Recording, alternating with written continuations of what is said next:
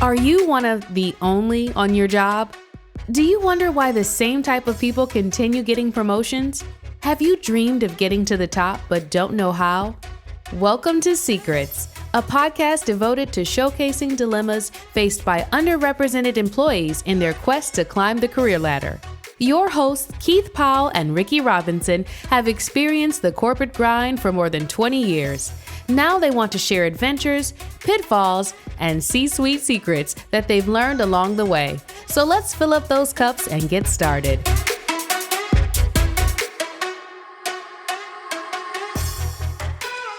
All right, Keith. Hey, how you doing, man? Hey, I'm doing good. What's happening, Ricky? Hey, man, I'm just wondering, number one, why are you smiling so much, man? What are you thinking about? Have you ever been sitting in a meeting and wondering how the hell did that dude get that job?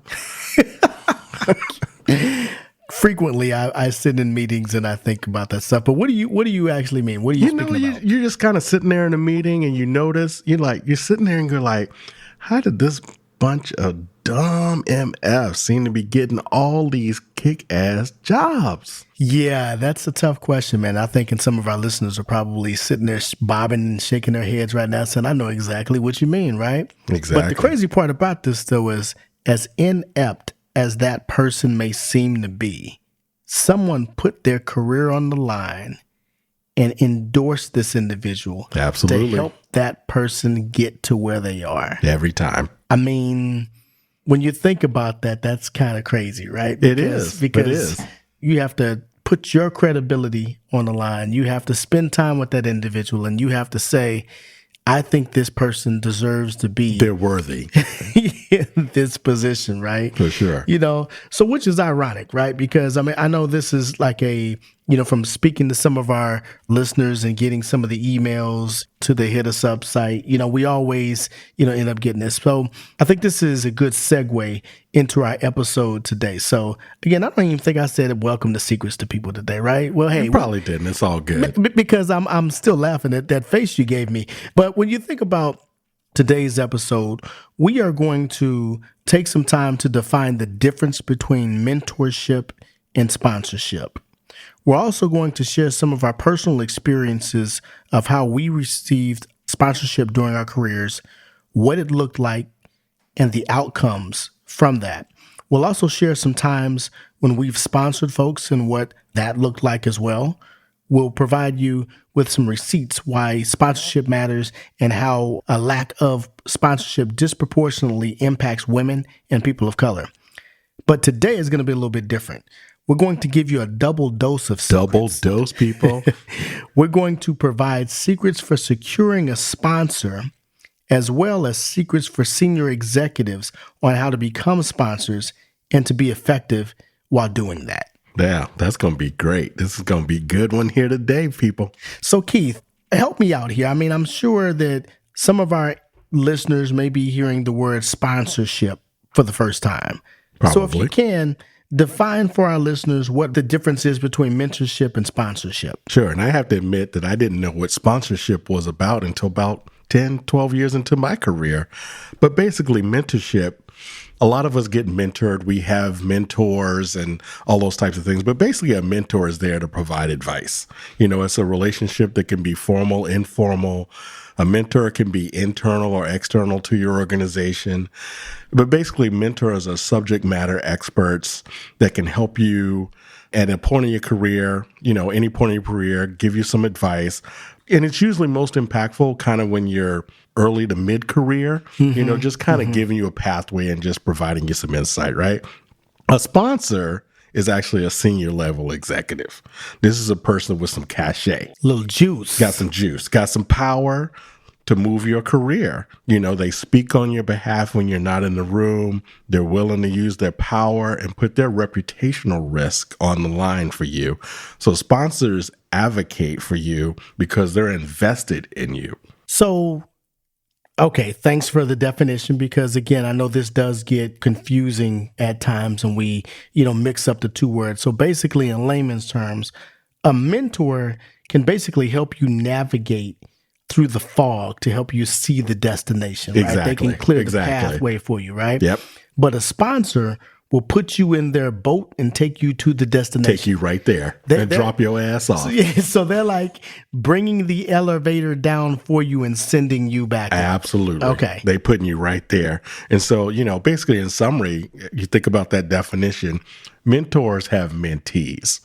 Sponsors have proteges. Proteges. That's French people. Okay. All right. So as we're thinking about like our own personal examples, right? As I'm thinking through like the difference, of the two, I think back, in my career when I really remember the first time that I was sponsored, and man, it was shocking to me. I mean, what it did for you. Well, good old Vince Woodard, man. Vince Woodard from Shout out to Vince. That brother hooked me up, right? So this was the first time that I remember getting a relocation package. Nice. Someone actually talking to me and saying, hey, this is what you can do. You tell me what your aspirations are. And at that time, look, man, I was just happy to be able to get You're young, dumb, and broke. Yeah, hey, I was happy to get the moving package. I was happy to be able to go from California. I was living in LA at the time and going to Tennessee. So you were happy about that, really? Well, man, in my mind, I was thinking, hey, I'm going to be able to afford to get my first house. I'm going to be able to go out here and see if these things that I really learned, from Pepsi and all these other companies, Office Depot, that this is going to really I'm going to be able to put it in practice. But this brother believed in me. I said to him, hey, I just want to do a good job for you. And he asked me, what did I want to do? And I was like, hey, I just want to do a good job. He's like, well, maybe you should set your dreams a little higher. Yeah, set a higher bar, Ricky, for yourself. Right. But when he made a commitment to me that day, and he says, if you do these things, and it was a list of objectives. If you accomplish these objectives, I'll help you get promoted. I will help you get back to California, to the Bay Area. He's like, and, this may be an opportunity for you to showcase that you can do this work so that then maybe you can do an international role. There you go. I'll tell you that he kept his word. And good old Vince, we're still friends today. Still good, because still at Vince did me a solid. Vince Woodard did me a solid, and he helped me see a little bit more. And that's the first time that I really, really remember like true sponsorship. That's right. He put you in that boat. Because it was conversations that was happening. That's right. Navigate that path. Of course. Of course. And I can remember, for myself, I mean, I have a couple examples, but I remember early on in my career when I was getting out of business school, and I was recruiting out of business school for a newly created position. And my boss, Mark Bolenboss, shout out, put his career on the line. And I didn't even know it even coming in the door, right? Because this position, he created this position. And normally these roles were assigned for people who had been in the job 5 to 7 years, had a ton of experience. And he said, I'm going to take a chance, hire a young MBA, a diverse MBA to come in and do this stuff. And he showed me the path. And he was like, you're in this role. I want you to first work on your executive presence. So he literally is like, go take a Dale Carnegie course. Okay. And figure it out. He was like, go get some manufacturing experience. Went and did that. After that, we'll get you an overseas assignment. So he stepped up, put his reputation on the line throughout my whole thing. He was invested in what I wanted to do at the end of the day. So it sounds like it was a little bit of pressure, right? Like both of y'all's asses was on the line. Absolutely. Right? And that's the difference between a sponsor and a mentor. At the end of the day, both your asses are on the line, right? Because they're sticking their neck out for you, but then you have to perform to make sure you don't make them look bad. Right, exactly. So not only did you have your reputation on the line, you had that sponsor's reputation on the line, and then being black, you had the whole weight of the black race. Oh, of course, always. Yeah. Right. We've talked about the only forever, right? So you had that. So that's great. Now, you did talk about like another experience, and I do remember you talking about this one too, and I'm sure our listeners would like to hear that as well. Yeah. So when I was at Kodak, and you remember from my very first episode, I talked about when I have a chief of staff role and what that meant. A chief of staff role does not come without sponsorship. Let's put it there right out of the gate. But basically, my boss, shout out to Ann McCorvey, she took an interest in me early on. And so as Ann moved, I moved. Sponsorship. And her boss also took an interest in her. So, as her boss was doing his thing, he was the CFO. Every time there was something open, Ann was moving. She moved me. And then When chief of staff role comes up, now the role is posted. Here I am. I'm on the list. Appointed. Exactly. I didn't even know the role existed. Of course, I didn't know the role was open. And then I just get a call out of the blue and said, do you want to be chief of staff to the CEO?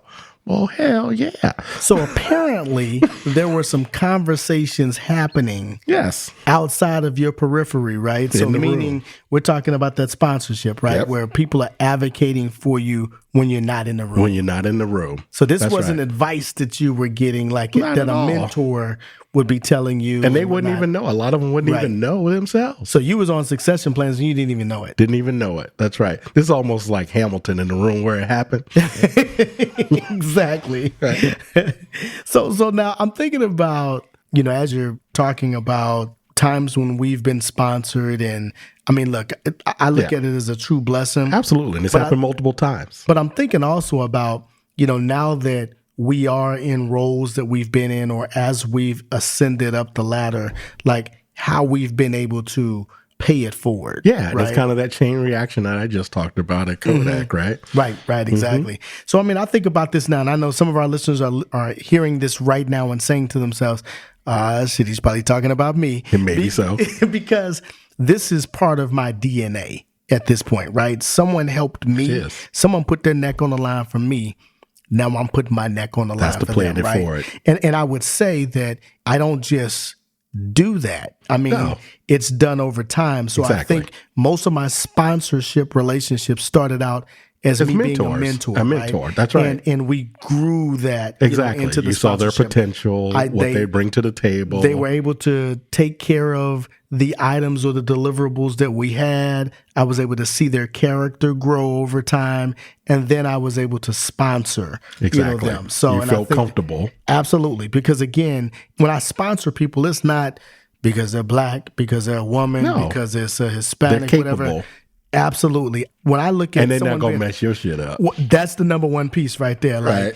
It's like when I got ready to go to school, when I got ready to go to college, and I remember my dad said, hey, I don't have too much to give you, man, but that last name. So when you get there, don't fuck that up. Don't mess it up. That's what he told me, right?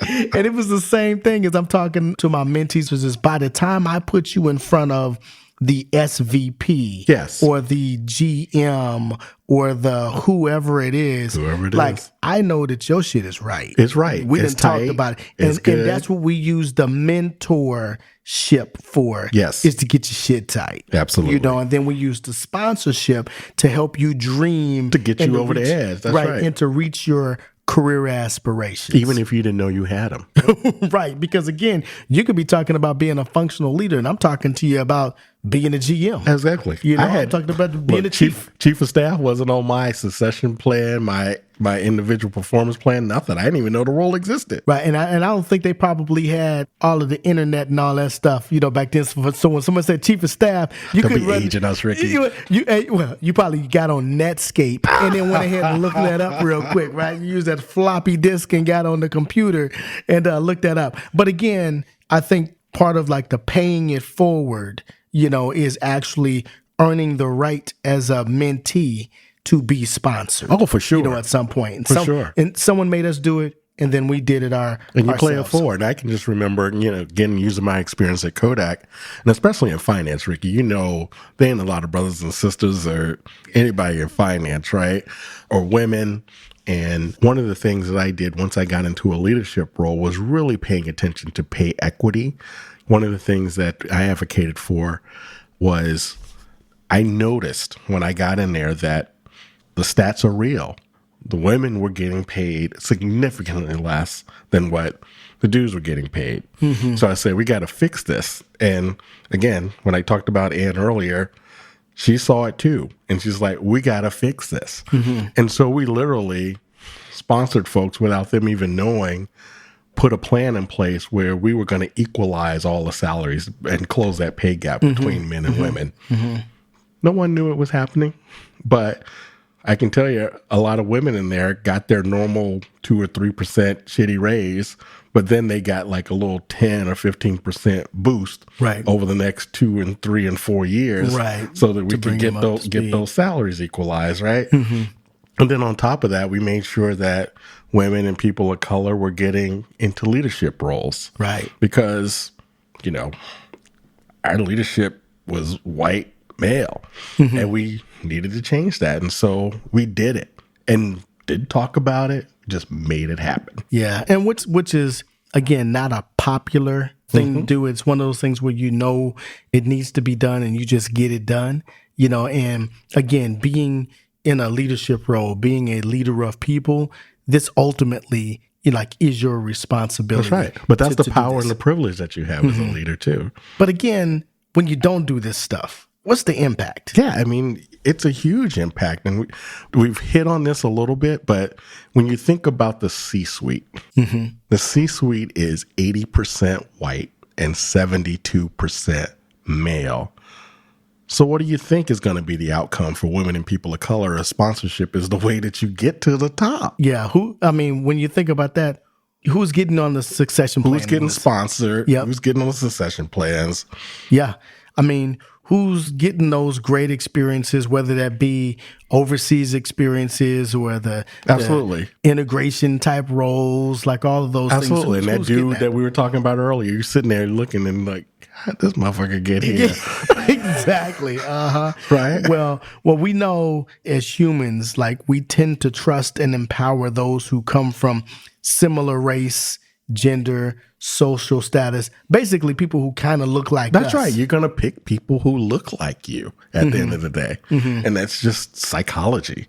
And so unconscious bias, and this just points out those deep-rooted systems that are really holding women and people of color back at the end of the day. That's the real kind of big impact of this whole thing. Yeah. So when you're thinking about that though, Keith, what the heck is the moral of the story? I think what we're trying to bring to the forefront is that sponsorship is critical to breaking through, especially if you're going from middle management to those higher levels in corporate America. If you're not getting sponsored, you ain't getting to the top. So I'm thinking about that, and this is not new, right? This is like not a new concept. We're not coming out with inventing electricity today. Not exactly. Not Thomas Edison. Hey, have you ever had sliced bread? We're not bringing it to you today. This is something that we're talking about. How long has it been since we've been talking about this stuff? What do you think? I'm going to try about 200 years. So you're going all the way back to I'm going all the way back. That's right. I'm going all the way back. Yeah. So then we're talking about, even if that's too far for some of our listeners, right? Because they probably read that in the book and it probably didn't sound that great, right? Exactly. What about even civil rights? We're talking about some of our... But that was just 60 years ago. That's not that long ago. But I know to some of our listeners that could seem like a long ass time ago, right? But again, this is what we were fighting for back then. It's talking about civil rights and making sure that you had equity, that you had the same rights and that you were treated, with dignity and respect. So, and then I'll fast forward to today. So before George Floyd, before Breonna Taylor, Ahmaud Arbery, before all of these, for COVID, all of these senseless, murders and the social unrest, we've been fighting for this shit for a long time. For a long, long time. Same story. That's right. But finally, the light bulb has kind of gone off in the last 90 days. So there's an awakening, right? And we're speaking specifically here, white people are feeling like they've been awakened, right? They realize it now, So as they realize it, now we want to try to maybe hit them with some of those things that we call those receipts. Receipts, baby. So Absolutely. This again, you may not believe, what we're saying here, but these are the receipts that we tend to try to use to give you the facts, right? To give you some of those tidbits or some of that quantitative or even qualitative data to make sure that you understand what we're talking about is not shit that we're making up. Absolutely. We don't make it up. And so today we'll share with you who is getting sponsored. It's probably already obvious, but we just will bring the point home, right? Who is actually getting sponsored. And then we'll also share with you the impact that the lack of sponsorship is having on women and people of color. Again, as we said, this is not new. pre-COVID, recent social unrest. This has been going on, since the emancipation of slaves, right? So when we think about like who is actually getting sponsored, Keith, let's just kind of jump into it. Yeah. So just starting out, there is a study by the Center for Talent Innovation where it said 71% of C-suite executives have a protege that's of the same race and gender of them. Again, what we were just talking about before, the C-suite is 80% white and 72% male. Now, 71% of their proteges look like them. Surprise. There you go. There it is. There you go. The study also points out that 85% of women and 81% of people of color need that navigational support to advance their careers, but receive it less than white men. Wow.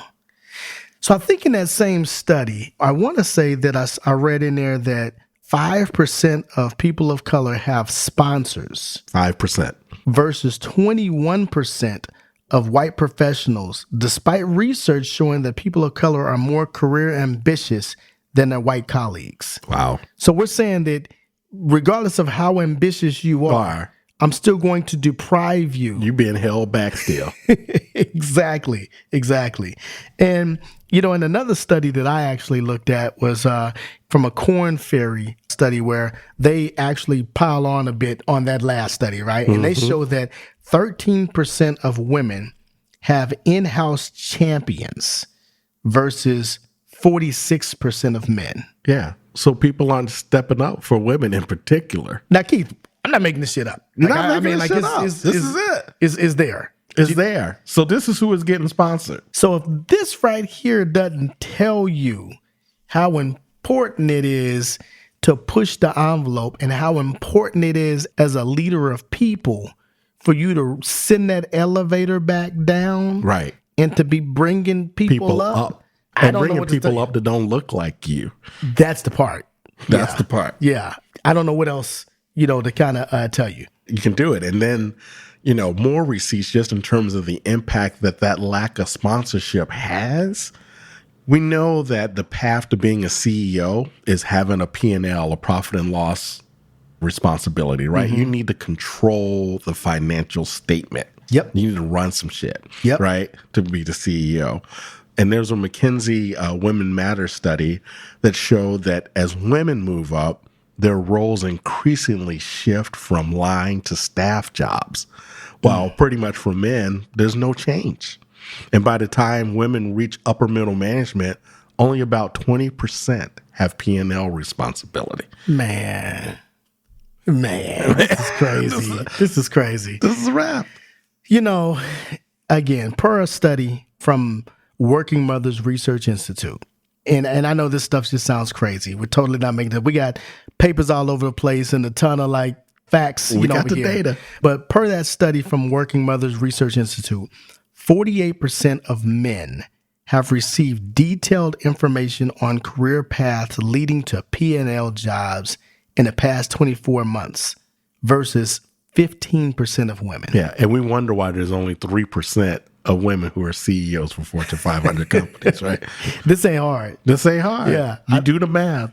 You don't even have to have a finance degree like I do to do that math. Oh, man. Right? And then we all know women and people of color are over-mentored and under-sponsored. That same McKinsey study shows that women of color face the most barriers and experience the steepest drop-offs with seniority, despite having the highest aspirations of becoming a top executive of any group. Man, so, okay, I'm starting to get hot. I'm boiling just a little bit here. I'm boiling just a little bit. So it's like, so the women that we know, okay, or the women that we've known who've busted their ass, we're not even talking about black, Hispanic, what are people of color, whatever you want to say. We're talking about the women just that we know. Okay, I think what you said, Mama and them, was busting their ass, and they was basically like my grandfather used to say, hustling backwards. Man, they was hustling backwards. It's like no matter how hard walking you work, on the treadmill. Yeah, how hard you work, you're never gonna catch that carrot. Do you know what I mean? Like, man, I'm actually getting kind of pissed as we're talking about this.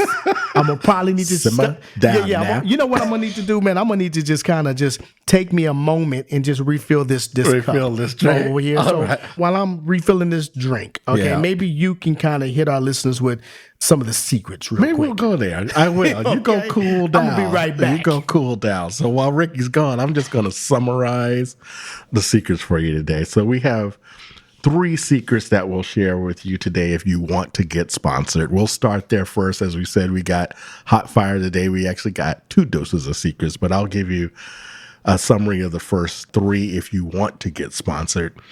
You got to focus on performance first.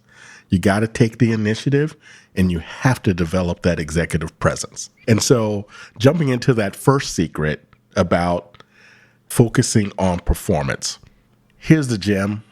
Here's the real truth. If you're not a top performer, you're not going to get sponsored. Sorry to break the news to you. It is what it is. And so you need to start asking yourself, are you on the high potential list?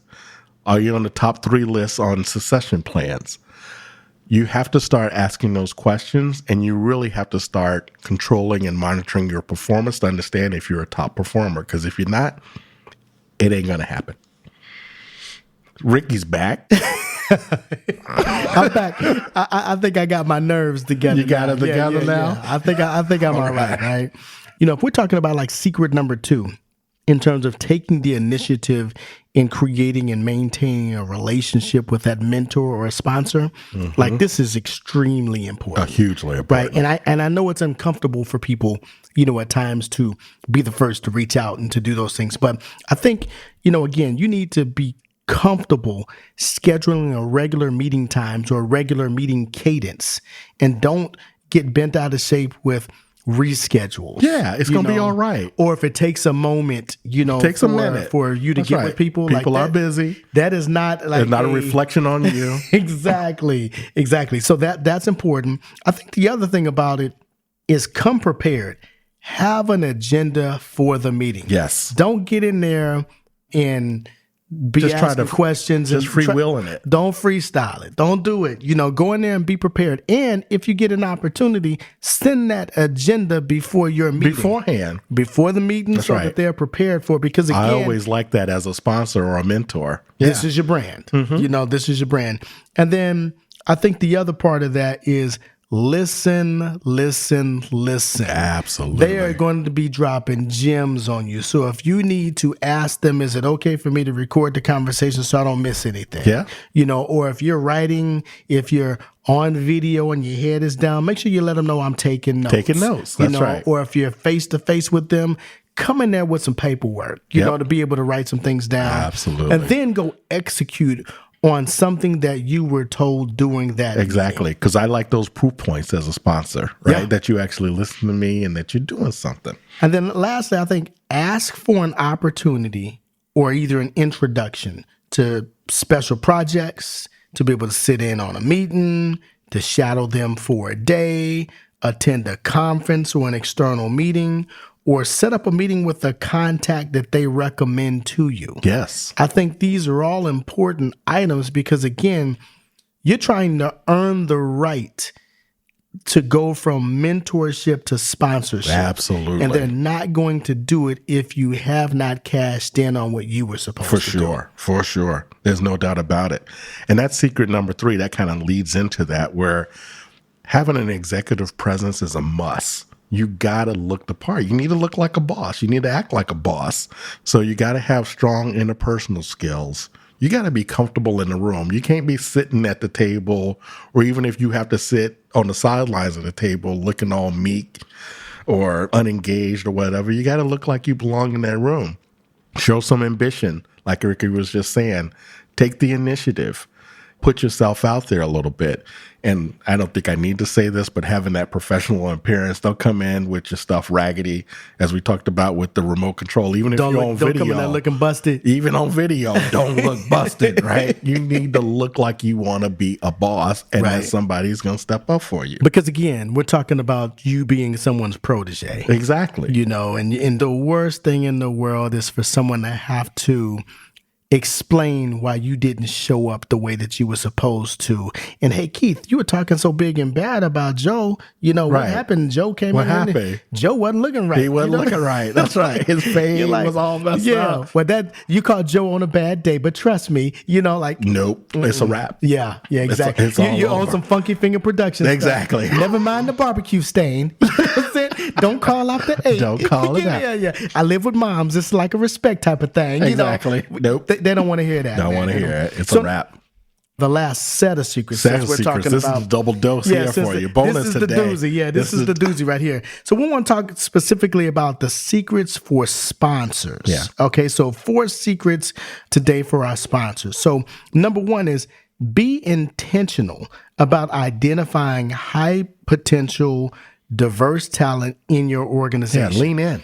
Don't wait for people to bring that talent to you. Lean in. You got to go out there and get the talent. You got to go out there and recruit. You got to take yourself out of your comfort zone. Absolutely. To be able to get that talent. Absolutely. Find that next Ricky.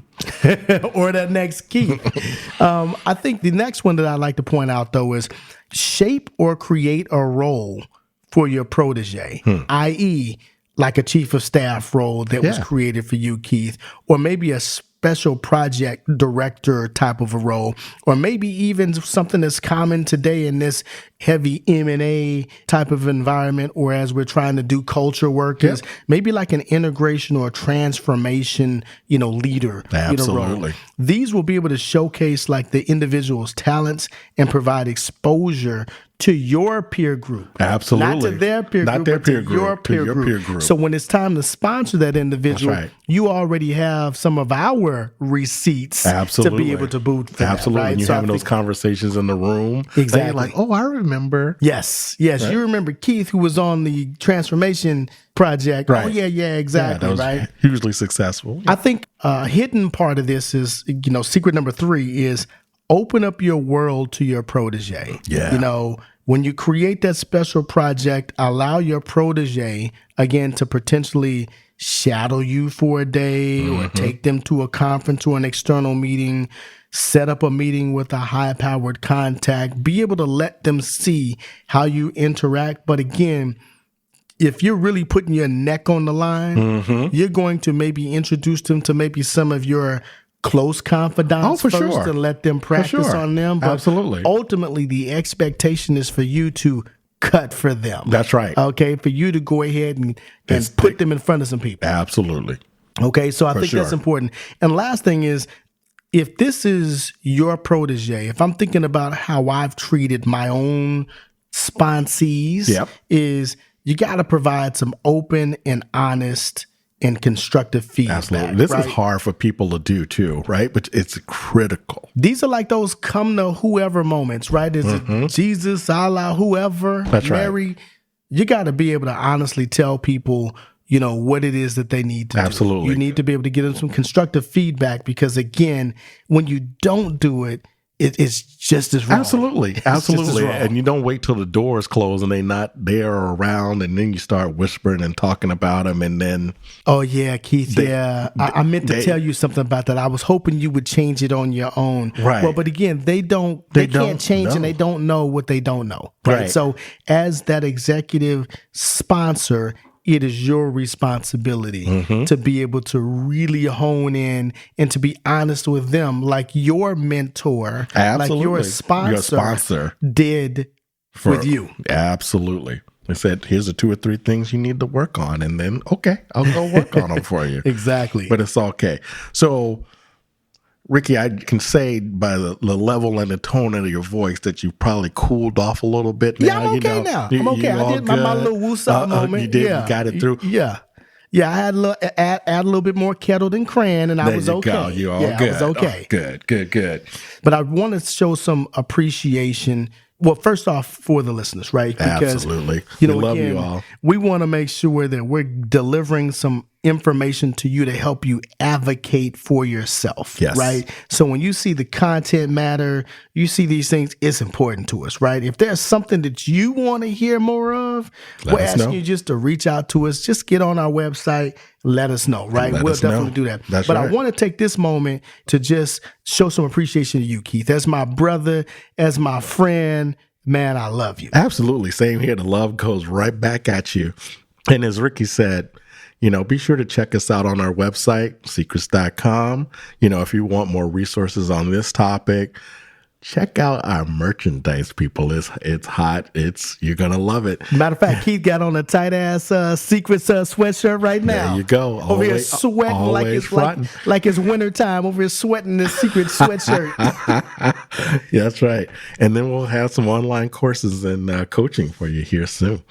Well, look, Keith, man, again, I appreciate taking the time to be able to be open and honest with you about my experiences with mentorship and sponsorship. And I think that as I continue on in my career, I want to make sure that you hold me accountable, in terms of being able to continue to send that elevator down and bring people back up. Absolutely. And I know you got a little round up today, Ricky, but I feel I feel like I need a drink now too. Well, you know what, Keith? Let me go ahead and make you a drink, my brother. What? Exactly. Well, hey, guys, we appreciate you all. Till the next time. Bye-bye.